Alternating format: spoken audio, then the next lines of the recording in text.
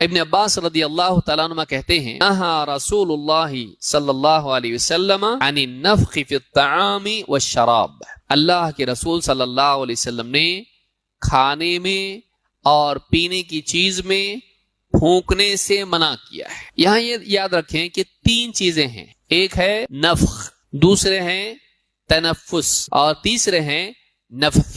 نفخ کس کو کہتے ہیں؟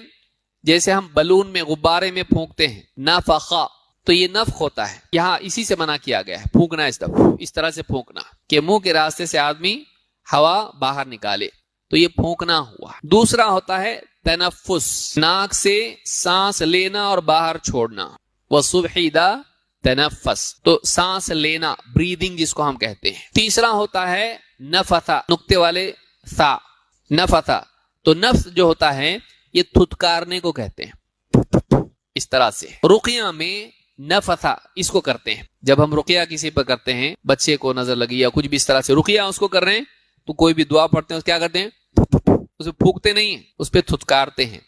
من شر النفاثات فی العقد، وہ نفثا جو ہوتا ہے وہ تھتکارنے کو کہتے ہیں۔ حدیث میں دو چیزوں سے منع کیا گیا ہے، ایک نفخ اور آگے جیسا آئے گا تنفس، یہ دونوں چیزیں منع ہے، اور دونوں چیزوں پہ پھونکنے سے منع کیا گیا ہے، کھانے پر بھی اور پینے پر بھی، اس سے بچنا چاہیے۔ بیکٹیریا ہے نہیں ہے وہ بات کی بات ہے، ہم کو منع کیا گیا ہے، اسلام میں اللہ کے نبی صلی اللہ علیہ وسلم سے منع کیا ہے۔ اور بہتر یہ ہے کہ انسان کھانا ٹھنڈا کر کے کھائے، بہتر یہ ہے، مستحب یہ ہے کہ کھانے کا جو اس کی گرمی ہے وہ نکل جانے کے بعد اس کو کھایا جائے، اور اللہ کے نبی صلی اللہ علیہ وسلم فرماتے ہیں یہ زیادہ برکت ہوتی ہے، اس کھانے میں کیا ہوتی ہے؟ زیادہ برکت، جس کی گرمی نکل گئی ہو۔ اور بہت گرم ہے، ہم کو عذاب دینے کے لیے کہا گیا اپنے آپ کو نہیں،